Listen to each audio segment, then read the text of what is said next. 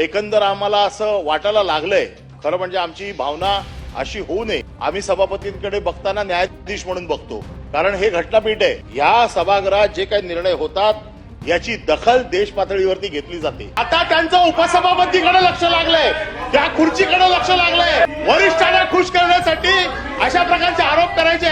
अरे सरडा पण लाजला. सरडा सकाळी माझ्या घरासमोर चालला होता, पळाला.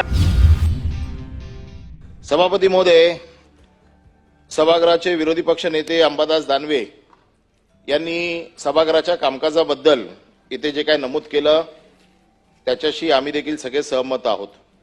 महत्वाचा विषय असा आहे की आपण सभापती आहात. ज्या दिवशी आपण सभापती होता त्या दिवशी कुठल्याही राजकीय पक्षाचे आपण राहत नाही, आपण पूर्ण सभागृहाचे असता. परंतु एकंदर आम्हाला असं वाटायला लागलंय, खरं म्हणजे आमची भावना अशी होऊ नये. आम्ही सभापतींकडे बघताना न्यायाधीश म्हणून बघतो, कारण हे घटनापीठ आहे. ही काय अशी गावच्या चौकावरची खुर्ची नाहीये की याच्यावरती काही बसलं आणि काही केलं तर चालतं. या सभागृहात जे काही निर्णय होतात याची दखल देश पातळीवरती घेतली जाते. या सभागृहात जे रुलिंग दिले जातात याची देखील दखल देश पातळीवरती घेतली जाते. मी ज्या काही दिवसामध्ये जे काही रुलिंग्स बघतोय, या नियमबाह्य रुलिंग्स, केवळ तुमच्या रुलिंग्स हायकोर्टात चॅलेंज करता येत नाही. या एका शॅडो खाली किंवा एका अम्ब्रेला खाली हवा तशा रुलिंग दिल्या जात आहेत.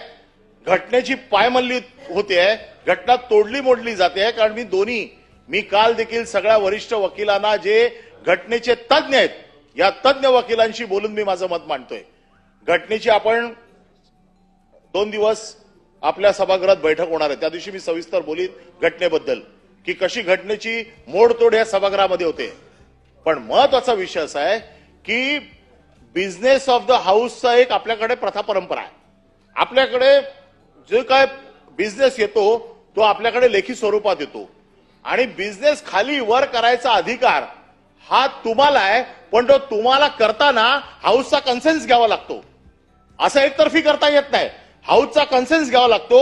संसदीय कार्यमंत्र्यांना विश्वासात घ्यावं लागतं. संसदीय कार्यमंत्री सभागृहात टेबल करतात, हाऊसचा कन्सेन्स घेतात आणि त्याच्यानंतर बिझनेसमध्ये खालीवर करायचा अधिकार हा आपला आहे.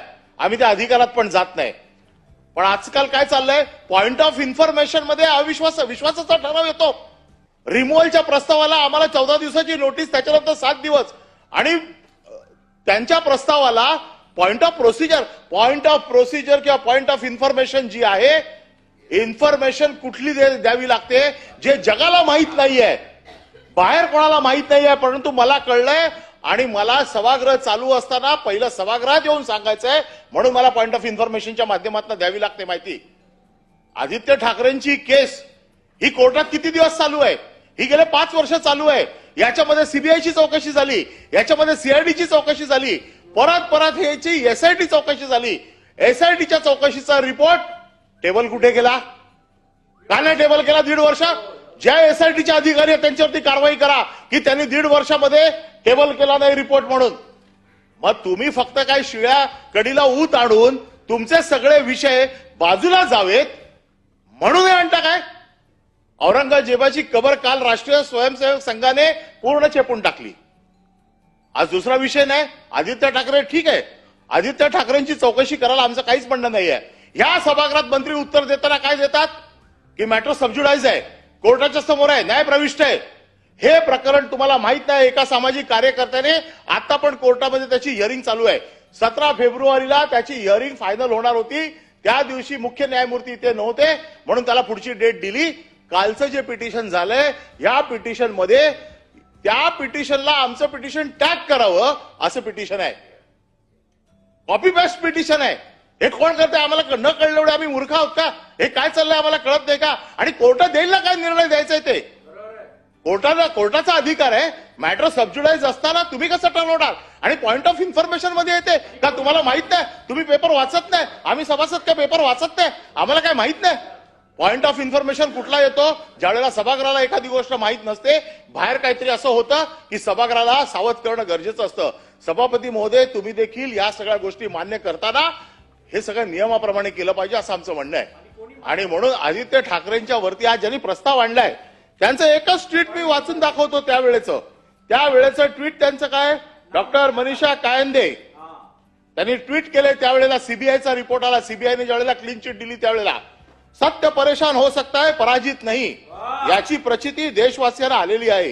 दिशा सालियनचा मृत्यू अपघाताने झाला असल्याची सीबीआयच्या अहवालात उघड झाले आहे, पण भाजप आणि राणे गँगने त्याचा बादरायण संबंध जोडून थैथयाट केला. आरोप करणाऱ्यांनी आता नाक घासून आदित्य ठाकरे यांची माफी मागावी. पुढे गेल्या त्या मनीषा कायंदे सरड्यापेक्षा फास्ट रंग बदलला. अरे सरड्याला लाज वाटली, सरडा सरड्यापेक्षा फास्ट रंग बदलला का? तर आता उपसभापतीच्या पोस्टवरती लक्ष आहे. आता आहे ना, सत्य का नाकारलं का? नाही नाकारलं का? हे नाकारलं का सांगा मला? हे ट्विट नाकारलं का? नाही महिलांचा अपमान नाही, हे महिलांनी केलेलं आहे. हे आता त्यांचं उपसभापतीकडे लक्ष लागलंय, त्या खुर्चीकडे लक्ष लागलंय. वरिष्ठांना